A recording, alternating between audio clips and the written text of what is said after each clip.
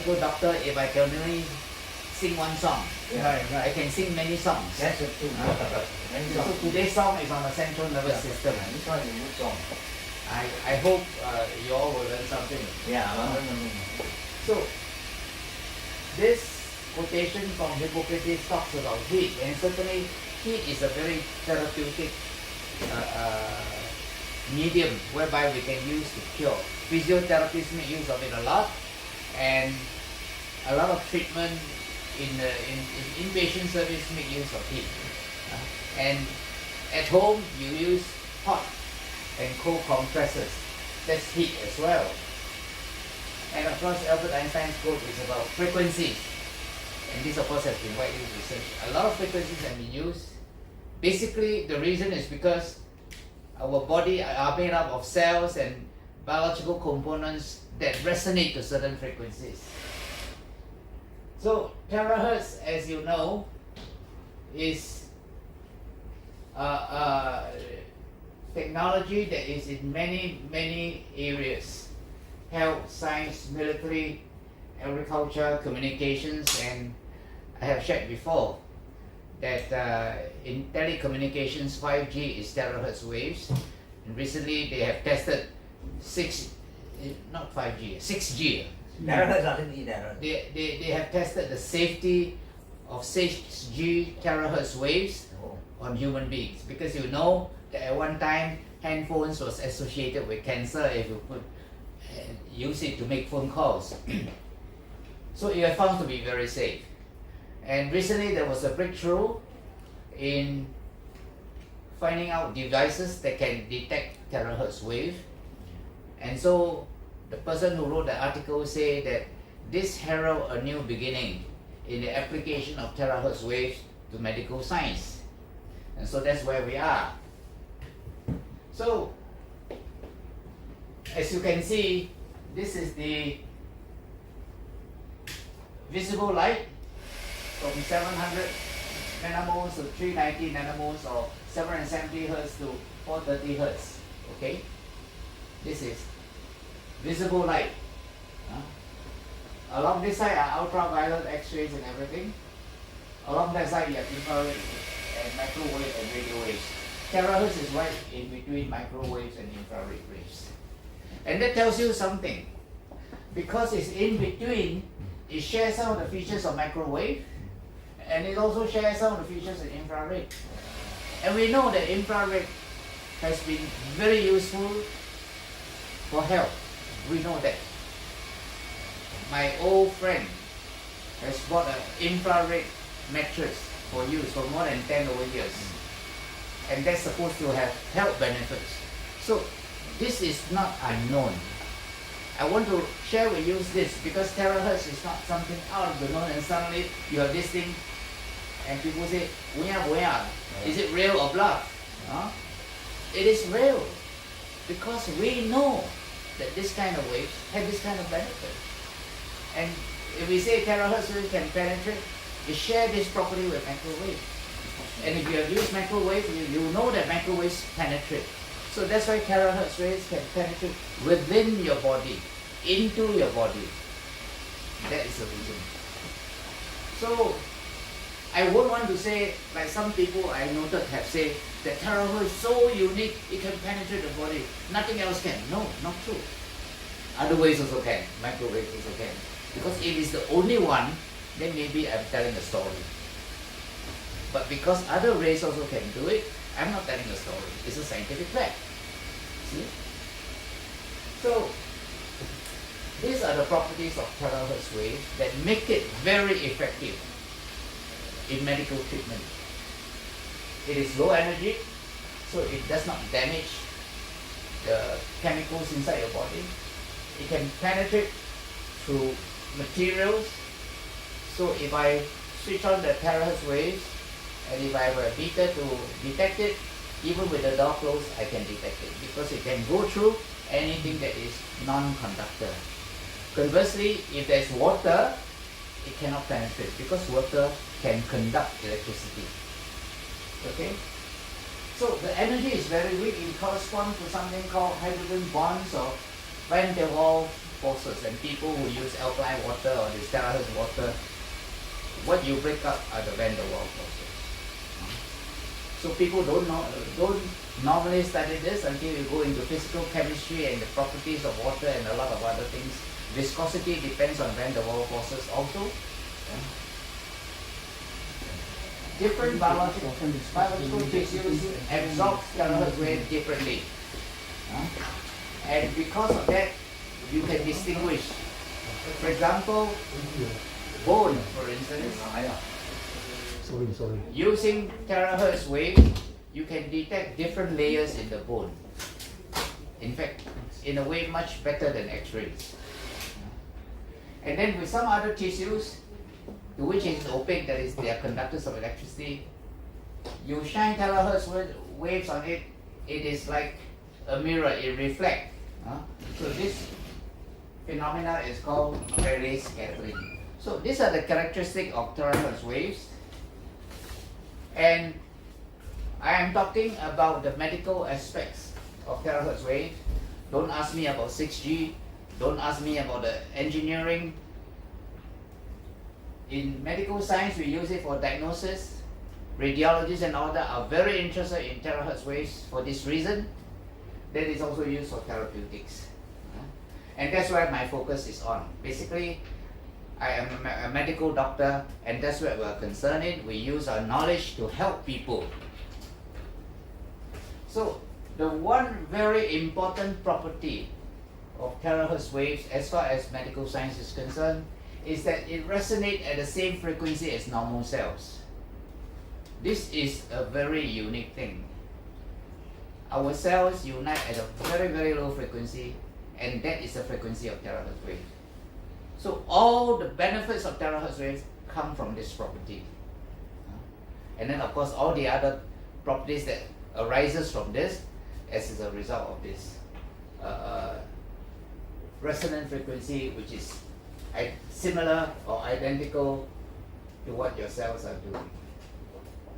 So today I will cover, as I said, the central nervous system, and I'll show you this slide again. You notice that among the causes of that, cancer supposed to be the highest, but if you add up all the cerebral vascular conditions like ischemic heart, hypertensive heart disease and all that, it actually becomes the top.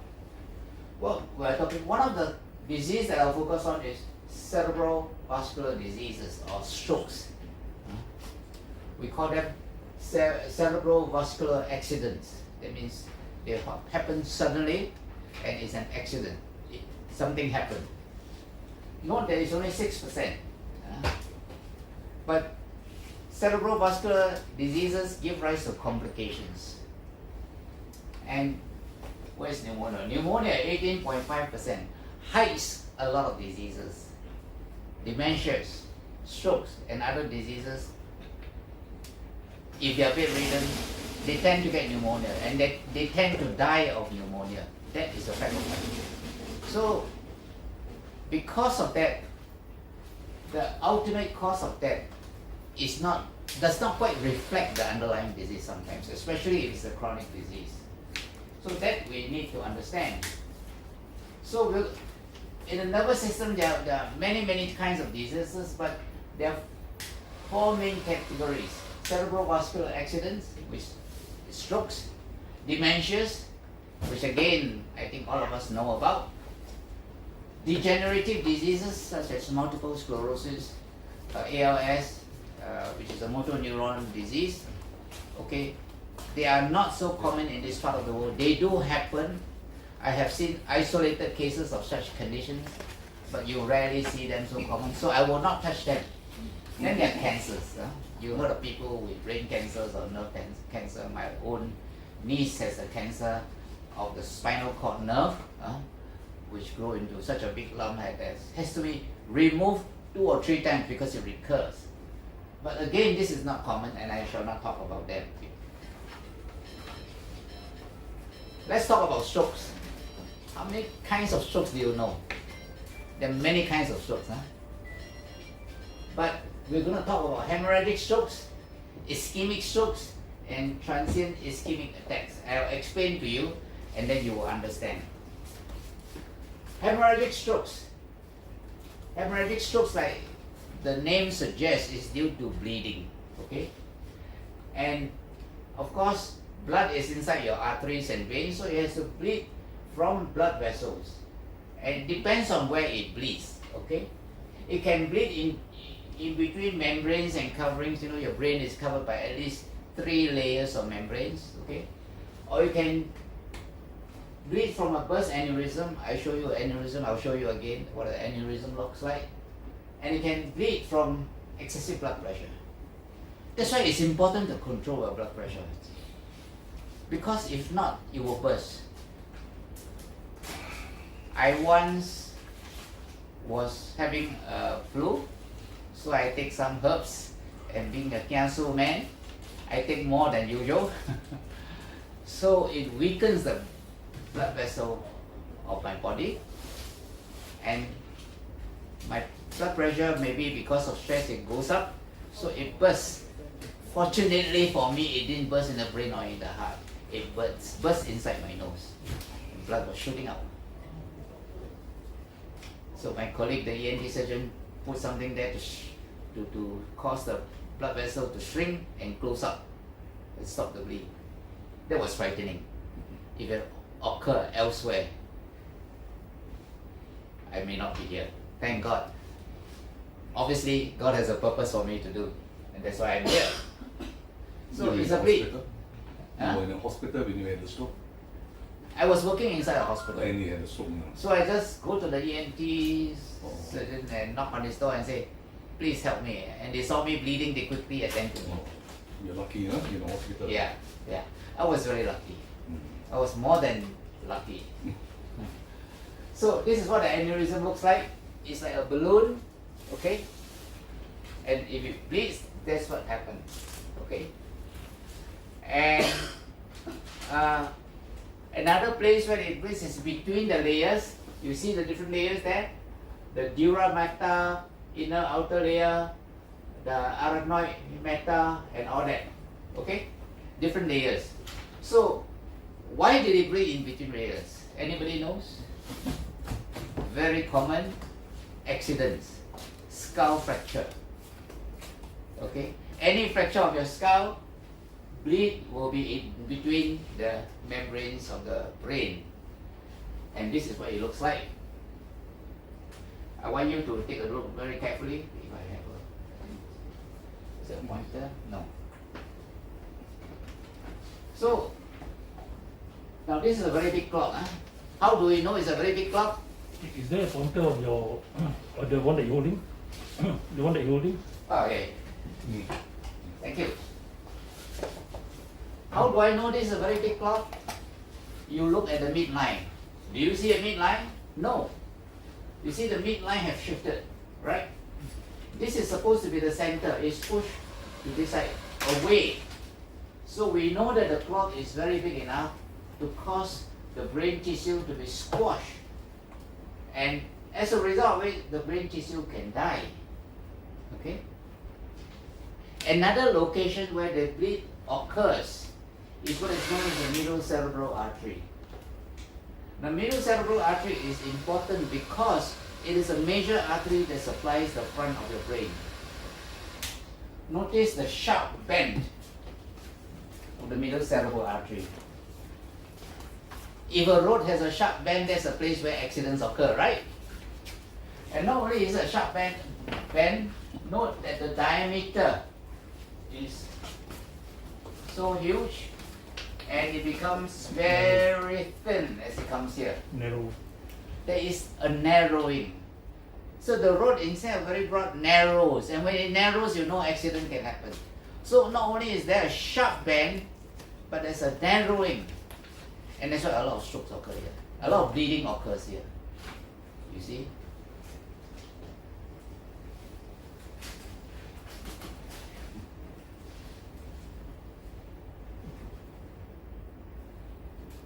From your computer, eh? The other one, you gotta use the other. From your computer. From your computer. Tick now. You Oh, X from the Yeah, computer. you gotta use your. thank you. Yeah, that's No what it worries. is. So that's hemorrhagic stroke, strokes caused by bleeding. Then the other kind of stroke is ischemic stroke, caused by blood clots or cholesterol plaques. This cholesterol plaques is the same as the plaques that cause your heart attacks. Okay? So your atherosclerosis, due to this, I didn't know. your blood vessels being growing all these plaques to narrow. So this is a normal carotid artery, is artery on the side of the head. You can feel the pulse if you press in the right direction. So normally it's like that, okay? So when there are plaques in the carotid artery, it's narrowed, okay? And if it's blocked, it can cause a stroke that's quite massive. Because if it blocks the artery, what happens? That means no oxygen passes through, right? When no oxygen passes through, your brain cells will die. When your brain cells die, that's a stroke already. Like your heart, heart attack is the same thing. Brain dead. Yeah. So the thing is, the survival is much better because it's due to the lack of oxygen. There is no pressure. There is no mass there that press on the brain tissues. You see. So survival is always better. 1 year survival rate is 60%, whereas hemorrhagic stroke bleeding is only 38%. 5 years is also better. So this is what an ischemic stroke looks like. See.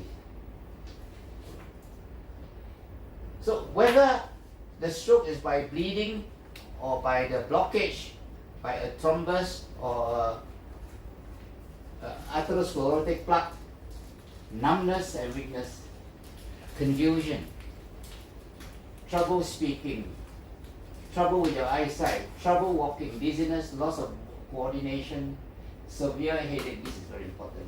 These two, numbness, weakness, and headaches.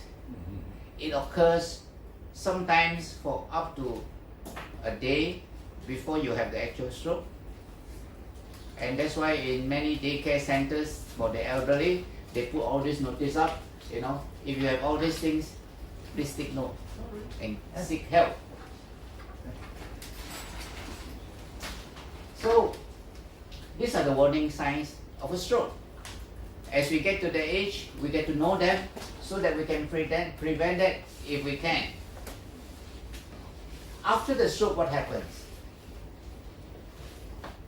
After the stroke, it depends on which side of the brain is affected. As you know, most of you know that the stroke affects one side of the body, left-sided or right-sided. So left brain will cause a right-sided stroke, right brain will cause a left-sided stroke. And the reason why it cross-side is because most of the time the stroke occurs in the upper reaches of the brain. And so the nervous tissue, as it comes down, it crosses the midline. The right brain crosses the midline to this side, and left brain similarly cross the midline. That's why the stroke is always on the opposite side of the body. Now, so the paralysis will be severe if it's a severe stroke. If it's a very mild stroke, it's just weakness. So you find some people with one-sided weakness only, not paralysis. Then it affects, depends on where the stroke occur. You may have problem with thinking, awareness, attention, learning, judgment. Memory is often impaired. Okay. Again, depends on which part of the brain. The bladder, bowel control will be affected. When you have a stroke, there's always a risk of a second stroke, very high. 23% within 3 months or a year. When you have a second stroke, your mortality is very, very high. The chances of you dying is there. What are the complications? Yeah, other one you think about speech. Huh? Speech problem. It's not, Yeah, speech. It's not Paralysis. Or paralysis. When you're paralyzed, you can't speak. Especially when it hits the nerves that innervate the face, you can't speak. You see. And if it hits the midbrain where the basal ganglia is the center of the brain, that is where your Parkinson's control is. It becomes very stiff. So you can't speak is a weakness. So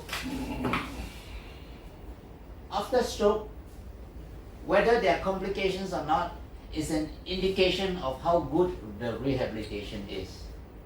Why I say that? Because strokes cause your tissues to die, right?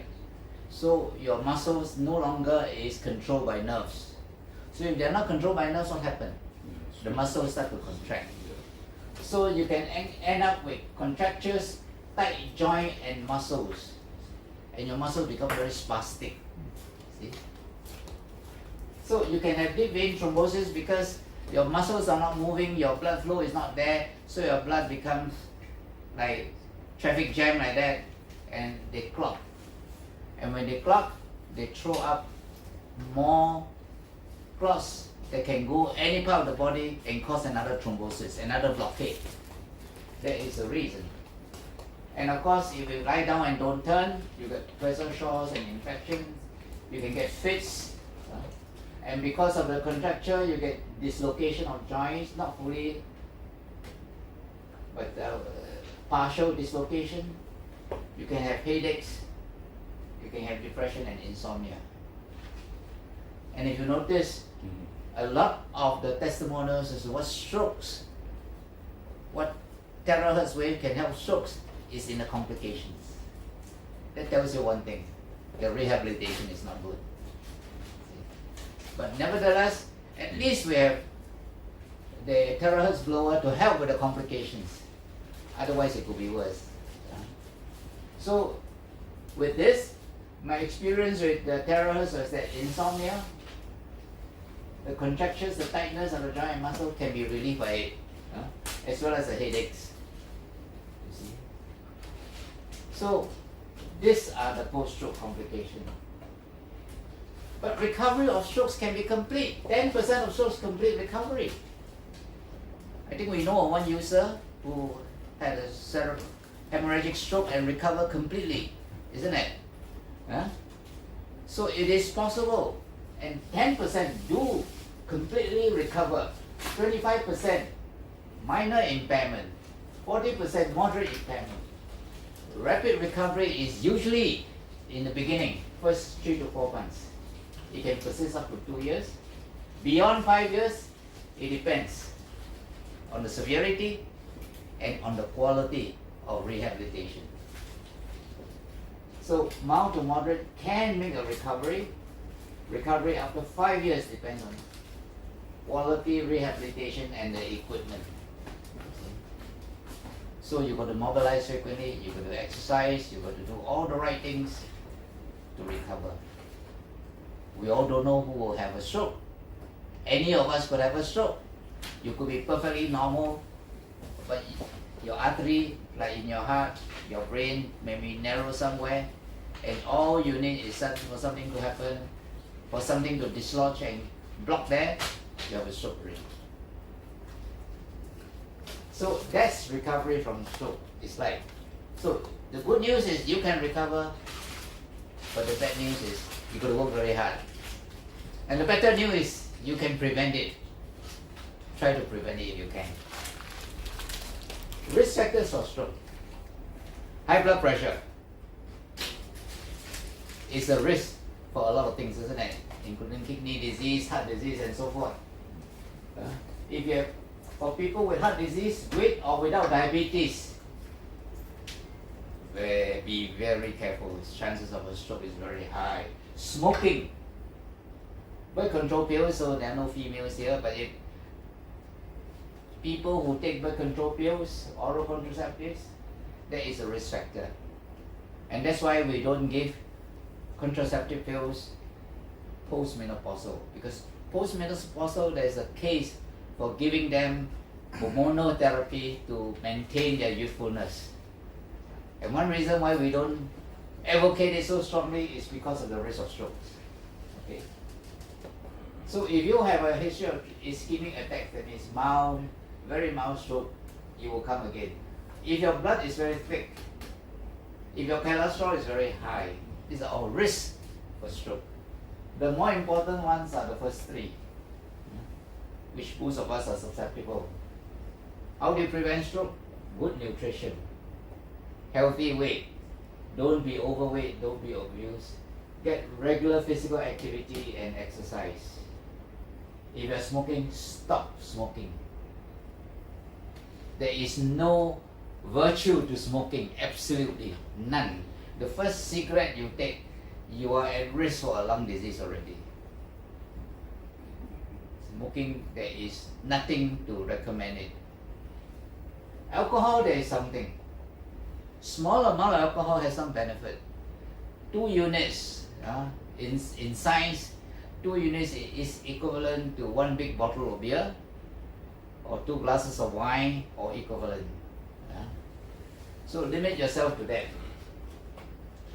And sometimes for people who really love to drink, we double it. Okay, 4 units, that's enough. But beyond that, you have strokes. Check your cholesterol, regulate your cholesterol. Your blood pressure must be controlled. And above all else, I think if you use the THz blower, you can improve on some of this. Open up your blood vessels, improve your cholesterol, and things will be better. That's how you can prevent strokes. Transient ischemic attack. The most important thing about this condition is that it lasts only for a few minutes to 24 hours. So you can miss it, but it always comes back. So not unusual to have somebody complain of such attacks a few times. The important thing is it's basically a stroke. It's basically a stroke, So the risk of an actual stroke, with all the risk, is there. When you are anything past 40, be very careful about this. If you're unlucky, one TIA, we call it, can land you with a second actual stroke. If you're lucky, you can have a few TIAs. And if you have a few TIAs, consider yourself lucky. Quickly get yourself treated. And make sure that you prevent an actual stroke. This is for real. This is really serious. We talk about lacuna strokes because in the last few years I hear a lot of people, including a few friends, who have lacuna strokes. Lacuna strokes are mini strokes, they call it. On MRI, 3 to 20. I got a mini stroke soon after my inoculation. I couldn't balance myself. So they sent me to hospital and they do an MRI. There's a 3 mm stroke on my thalamus. That's why I couldn't balance myself. I get up, I start falling on my left side. So again, this is due to a plaque or arthropatus plaque. You see? Now I have went through 3 stent operations. Now when you do a stent operation, you dislodge a lot of minor bits of plaques. So this has gone into my brain. When they do the MRI, they see dots and dots and dots and old infarcts, very small. So this was due to the stenting that was done. Pieces of plaque tissue broken off and then blocked small arteries all over the brain. Okay. But when I have the lacuna stroke, was slightly bigger than that, 3 mm. So you can imagine the others was how tiny, like dots like that. So the location of the lacuna stroke is very important. Sometimes there are no symptoms. You can hit a place where the nerves do not actually may not be non-essential as far as your sensory or your motor is concerned. It could be one of the connecting nerves. So you may not have any symptoms, or you may have symptoms to do with your movements. Occasionally, because the sensory tracts are huge tracts of nerves, it hit the sensory tracts. And as I said, I've come across people recently having sensory strokes. The loss of smell may be gone, the loss of touch in certain areas may be gone. For me, it was a loss of balance. Okay. So it can involve one or more sensors. There is always the risk of another stroke. So it's important to take note of the risk factors and to do something about it so that the strokes didn't recur. So much about strokes. Let's talk about dementia. Anybody below 50 here? All above 50? All at risk? There are many types of dementia. The commonest type of dementia, Alzheimer's, senile. Another type is vascular, due to high blood pressure. If you have high blood pressure causes a lot of problems. Every good reason why your blood pressure must be controlled. Your kidneys can be damaged, your eyes can be damaged, your heart, your lungs, and now your brain. You know? So then there's another type of dementia called frontotemporal. Affects temporal lobe is the side of your brain which controls your sensation. So you have a stroke there, you cannot have good sensory ability. Frontal lobe has to do with your personality. So it can occur there. So a person with personality changes and sensory issues, he could be having a frontotemporal dementia. Alcohol related. Substance, alcohol, that's why you limit your alcohol intake. Too much alcohol, you can get dementia. Many years back, I was seeing somebody who was the CEO of one of our oil companies in Indonesia. So when he was brought in, he was hospitalized for confusion. When his confusion subsides and we do tests, we found his brain has shrunk in size. IQ test indicated he was functioning more than 10 years below his actual age. He has lost his ability to think and to reason clearly. His mental abilities have been affected. So that's alcohol-related dementia. Is it something to do with intoxication or? It's that alcohol destroys the brain tissue. It's like drug addicts. Most drugs of addiction do that to your brain, like alcohol. Down syndrome, this is a chromosomal abnormality. So because of that abnormality, you can get dementia.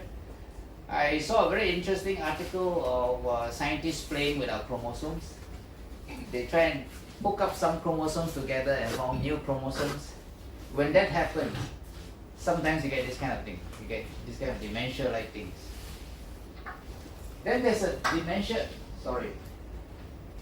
disease associated with dementia. That means certain diseases can cause dementia. HIV is one of them. Perhaps COVID-19 is one of them. Syphilis, a sexually transmitted disease, is another. So infections can give rise to dementia. And trauma, of course. People who box, people who play those kind of games where their head are repeatedly knocked, they can get dementia. Chronic traumatic encephalopathy, we call it. Many talks back, I showed this slide. The effects of THz on the nervous system. 2017 US study, dementia show improvement in memory. 2019 study, Tokyo, we showed that amyloid protein broken down by THz radiation. I will explain what amyloid protein is. Stroke patients show increased blood flow, regain consciousness, and symptoms improve. That is the benefit of using THz waves. So, these are several diagrams here. Amyloid plaque in blue, neurofibrillary tau tangle or neurofibrillary tangle or NFT, not non-fungible token. But this tangle, these are toxic tau fragment. Okay. So tau fragments are inside the cell. Okay.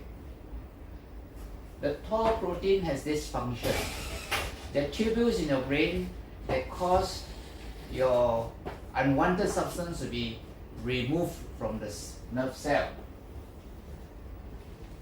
Due to some change or due to some weakness in the membrane of these tubules, this tau protein got kind of dislodged from there, and when they got dislodged, these tau proteins become toxic and they get tangled up into NFT.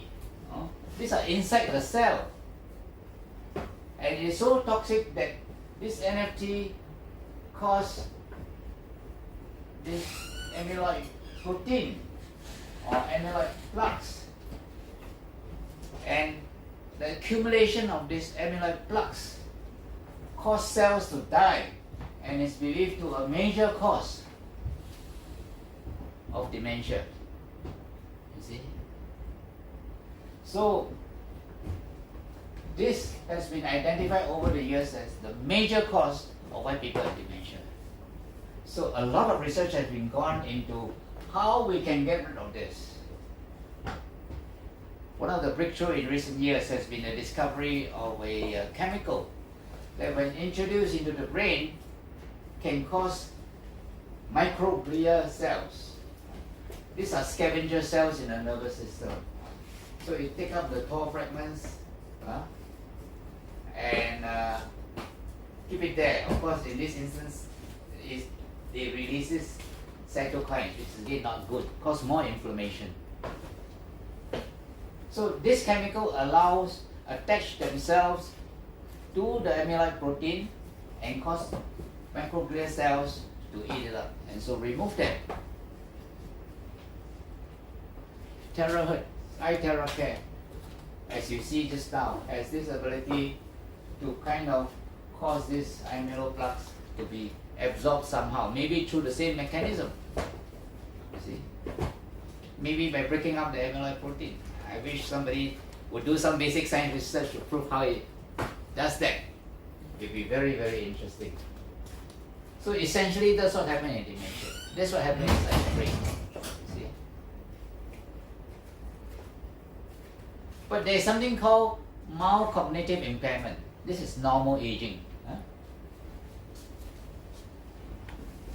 Any of you have this experience of losing things? Forget where you place your car keys or place your wallet? I think all of us have. Can't find the right words, can't find the name of the person you just met. Let alone my glasses on my face and I'm looking for it. Sure, not the only one. A lot of people do that. But the important thing is you're able to care for yourself. You attend to your own needs and be involved in normal social activities. See? So mild cognitive impairment is normal. And so this is a reflection. Normal aging, you make a bad decision once in a while. Alzheimer's, make poor decisions all the time. If you miss a payment once in a while, that's fine. But if you have problems taking care of your monthly bills, then you have a problem. You forget the day and year of the day and you remember your spouse birthday, that's quite okay. But if you keep losing track of all these things, then it's Alzheimer's. You forget what word to use, that's okay. But if you can't hold a proper conversation, that's trouble. You lose things once in a while, but you misplace things often and you can never find them.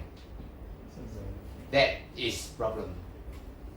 So, if you have mild cognitive impairment, please take care, because it can progress further. But if you take care of yourself, and if you maintain your mind active, you can avoid a lot of such things. So, what is the feature of dementia? How can you tell a person has dementia? Memory loss is the most important thing. Memory loss. Poor judgment and confusion. They have difficulty speaking, understanding, and expressing thoughts. What they say and what they do may be incongruent. They have difficulty with reading and writing. They can't even read a complete sentence for that matter, you know. And they wander and get lost in familiar neighborhood, right? So this is what happens when you have dementia, you know? And you have trouble handling money responsibly. One of my patients was dementia, was handing out dollar bills to people. Unfortunately, I wasn't around. But guess what? This is what happened. They repeatedly question, what's your name, what's your name, what's your name? Not once, but maybe 10 times. So that's Alzheimer's. So another thing about Alzheimer's is they become what they call confabulated. They use unusual words to refer to familiar objects. Huh? They take longer to complete normal daily tasks. And usually these are the symptoms that you see first. Huh? Losing interest in normal daily activity. They can be hallucinating. Huh? I remember an elderly lady keep getting awake in the night and going to the window and screaming, thief, thief, thief, please come and catch the thief. Well, impulsive, not caring. And then sometimes it affects the way your body is, you lose a balance and problems with movement. So dementia is multifaceted, mostly to do with the way you function.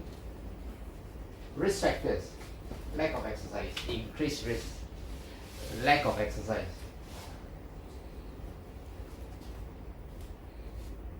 Trump believes that you have your heart for this period of time. The more you exercise, the more of it you consume. So you have less of it. It's actually the reverse. The more you exercise, the more you have. Heart disease and diabetes is a risk factor for dementia. Depression is, smoking and air pollution is, head injury is. You know the various causes of dementia? These are the causes. You see? How do you reduce your risk? A healthy, balanced diet. Very important. Avoid overweight and obesity. Exercise regularly. Keep alcohol within limits. Stop smoking immediately. And blood pressure. Blood pressure is critical. It's been called a silent killer, and it is. If it doesn't kill you, it makes you demented. How about playing puzzle, crossword puzzle? Oh, we come to that. Oh, okay. B vitamins. This is Alzheimer's organization recommendation recently on their website on health supplementation recommendation. B vitamins is very important to protect you from dementia. B complex? Yeah, B complex. Multivitamin pills. Okay. Vitamin D and E are quite important. D is not the entire D. I think it's D2 or D3. D3 and E. And again, E has a whole spectrum. Certain vitamin E selectively will protect you against Alzheimer's. And it's not omega 3, 369. I only know of one preparation that have omega 369 in their order. You know what's omega 9? If I tell you that, oh, yeah, of course, omega 9 is olive oil. Oh. Oh, there you are, I told you. Curcumin is said to have been effective. So nowadays you find a lot of people coming up with very pure preparation of curcumin.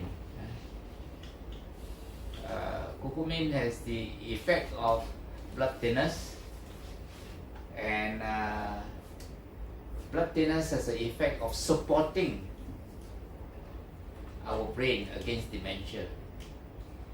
So is that something there? I don't know. It is. It may be. I myself is on blood thinners because of my heart disease. So there you are. These herbs I do not quite know.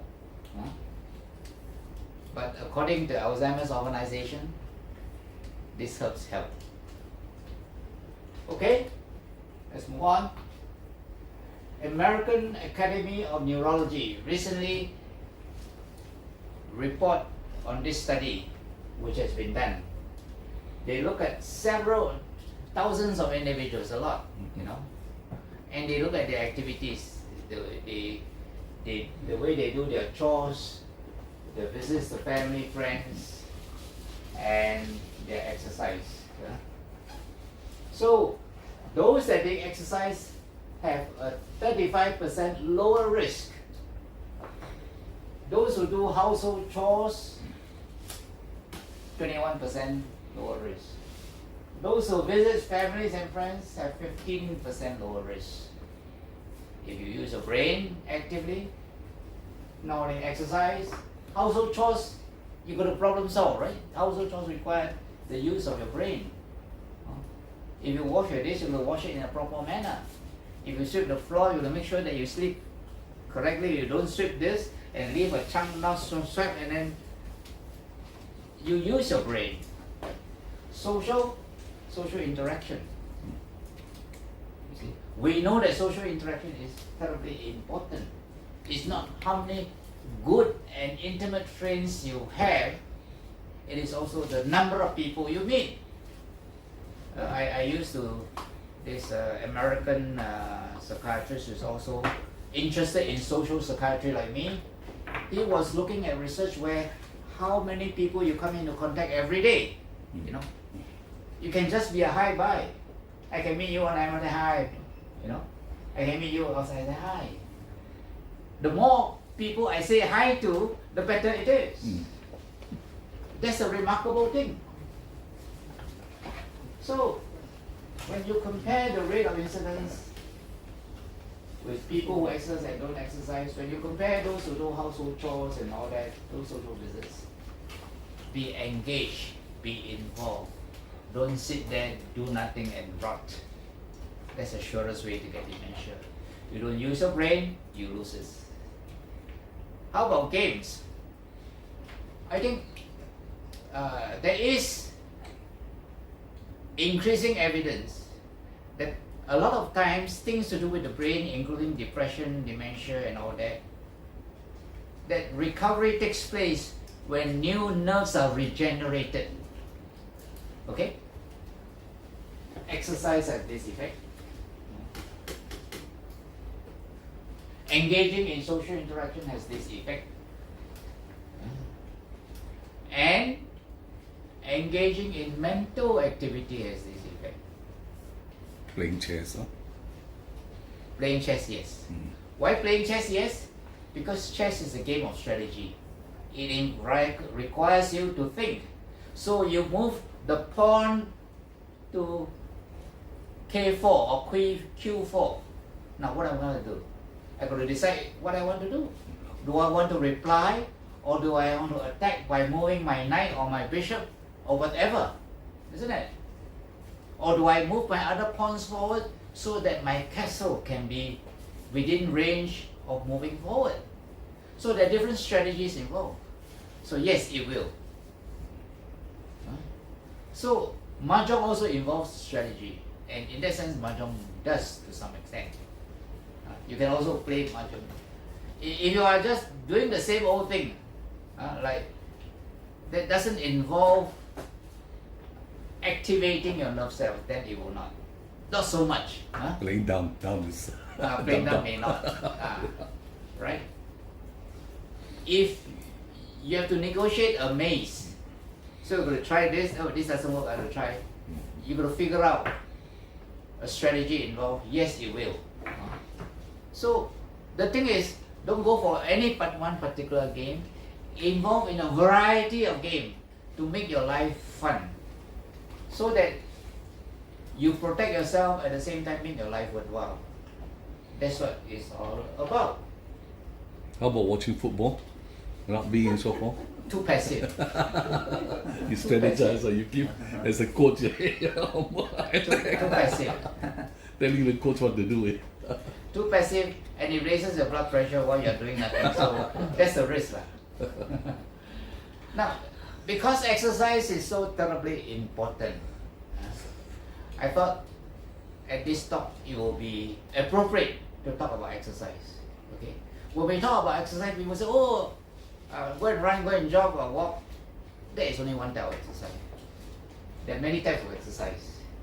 In the exercise literature, they recognize the first four. The last one inserted by me because in my work with people, I discovered that a lot of people use exercise for losing weight. So I put it there just to make it complete. But otherwise, exercise, there are 4 different types of exercise. I want you to know. And if you're not doing all the 4, you're not exercising enough.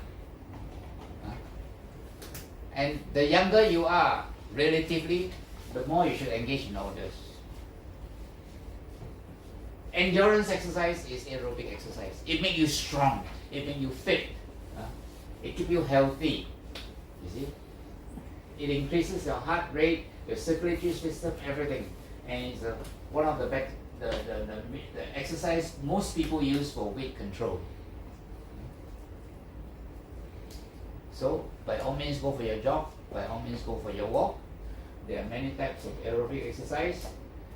Brisk walking is the best. Brisk walking for at least 30 to 40 minutes is the best. Jogging gives you better cardiovascular benefits. So among my medical classmates in the chat group, they were debating on what kind of exercise, and some come up with this brilliant idea. You jog for a certain amount of time, let's say 5-10 minutes, and then walk for that length of time. Intermittently, yes. Why is brisk walking the best? Because jogging affects your joints. The damage on your joints is much more. Brisk walking, no. Brisk walking, you are exercising your muscle. This kind of walking, gere as they call it, your bones are hitting one another. Your muscles are not engaged. That's why it's not good. Brisk walking does. That's the difference. And that's why you want to engage your muscles and your joints together to have that effect. So dancing, swimming, cycling are all. And if you dance good, it's an activity that gives you a lot of pleasure, connect you with people, and give you the cardiovascular benefits. Climbing stairs, hiking up a hill, physically demanding chores like mowing the grass and all that, playing tennis, basketball, and if you're above 45 or definitely above 50, you need an exercise prescription if you have never exercised before. I assume all of you exercise? So I can rush through the next few slides.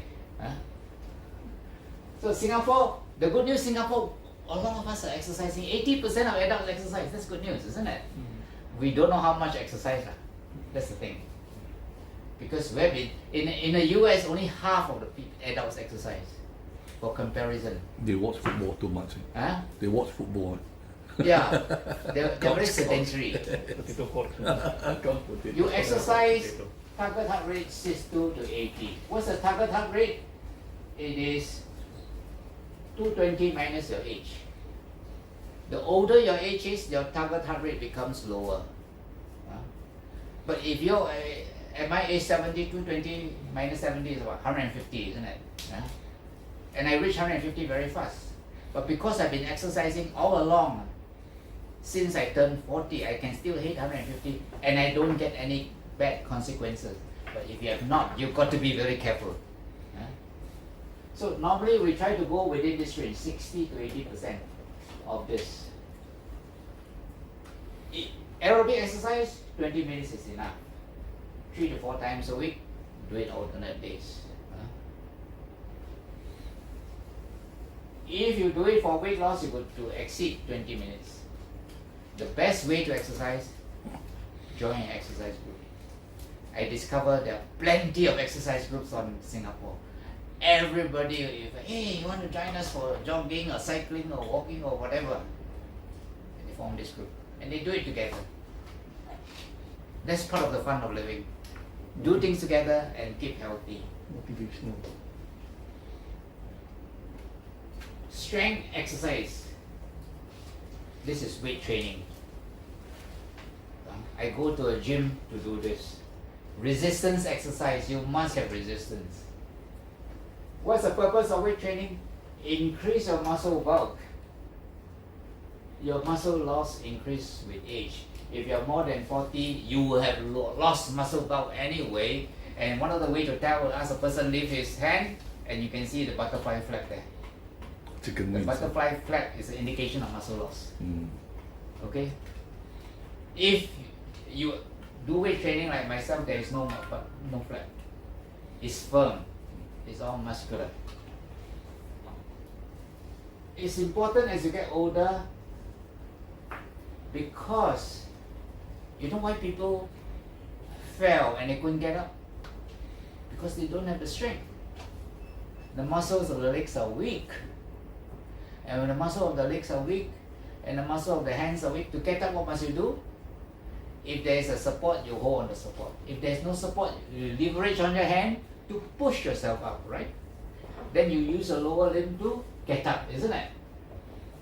If you can get up, that means both your hands and your legs are very weak. So you use weights at home, or nowadays gyms are so cheap in Singapore. Join a gym, do the weights, and if you don't know how to do so, get a proper coach to teach you how to do that. Because it's terribly important, because muscles burn off calories due to the muscle tone. And that's how you keep fit. You don't have to diet. You just burn off the calories so naturally. Balance exercise, now this is terribly important. Balance exercise prevents fall. As you get older, you fall more often, isn't it? And when you fall often, you get injuries more often, fractures more often. Right? You get up from the seat, you can lose your balance. Sudden movement, you can lose your balance.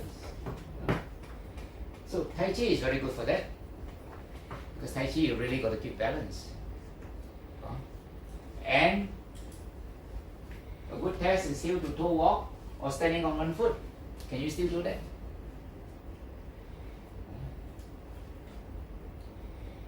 It is a good way to get this balance exercise.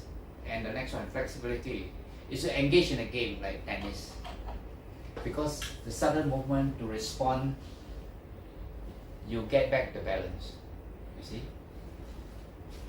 But if you haven't started and you want to start, get somebody professional to help you to get started, and then do something enjoyable so that you get the exercise as well. Now these are all the balance exercise. If you cannot play a game, if you cannot do the things by yourself, especially after stroke, these are the kind of exercise that help you to balance. You see?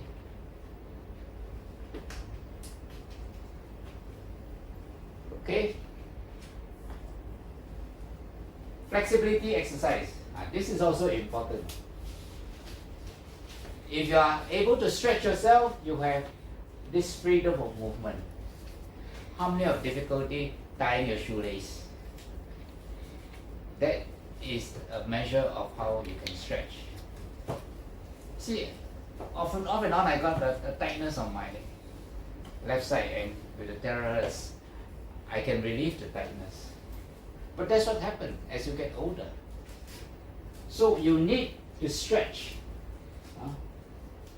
And usually combined with strength exercises. So if you live an active lifestyle with aerobic training and whatever games and so forth, you get an all-rounded exercise that you need. These are the kind of flexibility exercise that we talk about. Stretch. And if you go to a gym and you do the weight training, you find that they recommend that you do stretching before and after. That's what is needed.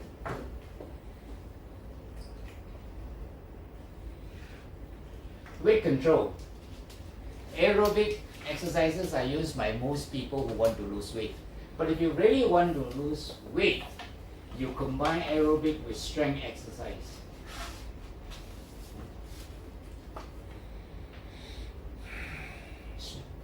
as I explained to you earlier on, strength exercises give you the muscle bulk that enable you to burn calories even when you are not exercising. You see? So when you combine a proper diet, you don't have to starve yourself just to lose weight. You lose weight by maintaining a certain lifestyle. Over exercise can lead to weight gain. True or false? In a way, yeah. Gain not fat but gain weight. Muscle is heavier than fat, yes. Over exercise can. It can also lead to overeating. If you are too anxious, you can cause inflammation, and it does cause overeating. But generally, by and large, when you exercise, it leads to a reduced appetite. Even though you feel like eating, you don't eat as much.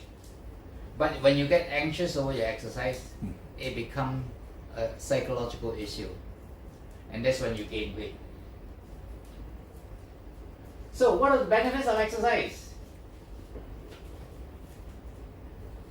Now, I already gave the cat away just now. In response to a question, I say exercise causes you to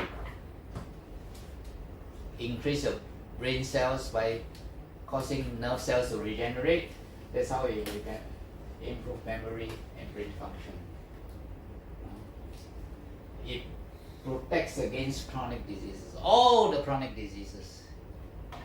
When I talked about obesity some time back, I said obesity is a risk for all diseases that are not of an infectious kind. And exercise protects against all these diseases other than infection. So you see the opposing effects of exercise and obesity. It aids in everything, weight management and so forth. Lowers your blood pressure, improve your quality of your sleep, decrease feelings of anxiety, depression, and so forth. Most important thing is you want to live a long life. No point living a long life if for the next 10 years of it you are in a hospital on a respirator, isn't it? No fun lah. I don't think I want to do that. But if you have 10 years of fun, you see, exercise not only improve and protects you against diseases, but like I said just now, we cannot prevent ourselves from getting a stroke. When you exercise, the incidence of stroke in your life get further and further. That means you get a stroke later and later. So let's say by your family history, you should get a stroke by 60. You may be able to extend it until 70. And not only you extend your life free from stroke, but when you have a stroke, you are more likely to get a mild stroke. That is the effect of exercise. So a phrase that we use is, not only do you put years into your life, but you put more years into your life. You lengthen the years in your life and put more years into your life. Your life becomes much more fun because you exercise. And if you exercise in groups with your friends, as we shown in the earlier slide, not only you have the health benefits, you have the benefits of connecting with people. And now you have the benefit of iTeraCare, which improves on so many functions. And don't wait until you have a stroke to use iTeraCare. Use it to prevent. That is the message I want to give you. So, the quality of iTeraCare waves, which it shares with microwave, is that it can penetrate. So it doesn't matter whether it's your nervous system or whether it's dementia, because it can penetrate up to 20-30 cm, it can impact you positively. That's why we want to use iTeraCare. it improves the circulation. A lot of problems that we talk about, all the diseases today, all the nervous diseases we talk about, has to do with impaired circulation. It can affect all these things. And iTeraCare way is down your pathway for you to improve on that.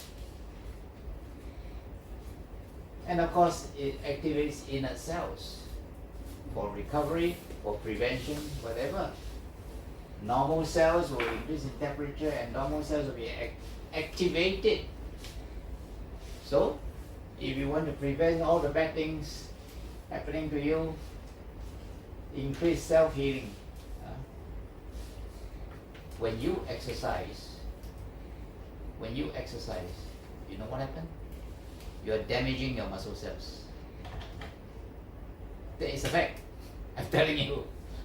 Why you want to damage your muscle cell? Because when your muscle cells get damaged, it attracts all the stem cells into your muscle. And that's why your muscle grows bulk. Because you exercise. See, the body has a way to repair itself, isn't it? And that's how it does. iTeraCare wave actually helps the normal human function of repair and regeneration. That's what I want to tell you. See? It's a very powerful tool. So, an ounce of prevention is worth a pound of cure. Please prevent. Use anything available. If you have a family history of weakness for a particular disease, take the appropriate supplements, use THz waves, exercise, keep your blood pressure, your cholesterol low, and anything to do with inflammation, joint pains, all sorts of aches and pains, blockages, skin, THz waves is very, very powerful. You know, and the only thing it should be used are things like this. Acute diseases don't. It may not work that fast. We cannot predict what the response will be. Congenital condition, we have to be careful. Some can, some may not. Object implants, because you will absorb the THz waves, it may build up some resistance. Open wounds and fractures, no. Apart from this, there are a lot of things that you can use it for. And if you look at the testimonies on YouTube, most of them has to do with chronic illnesses, which takes time, which depends on your lifestyle. And in that sense, this is agreeable with whatever health objectives we may have. May I ask a question on that? Yes. Is it generally a contraindication when someone has some metal in their neck or What? metal, and like had an operation and the doctors had to insert the metal to? Can I answer that later on? Yeah. Huh? Thank you. Okay, so this is the bioresonance scan which I use to detect whether you have any organs that are weak and needs attention to. Okay, so if you have a THz blower and you don't know where to blow and you don't know which area to concentrate on, you can do a bioresonance scan, see which part of the body is weak and which you need to pay attention to. Okay, so these bioresonance scans I do for people. So this scan, I give you a 50 discount on what is normally 200, so you pay only half that. I also offer courses and coaching program on things like stress, mindfulness and resilience, transforming trauma, living a life of abundance. And depending on how much you want to pay, you get the appropriate services. And of course, books I've written are on the table, so you're welcome to it. Okay?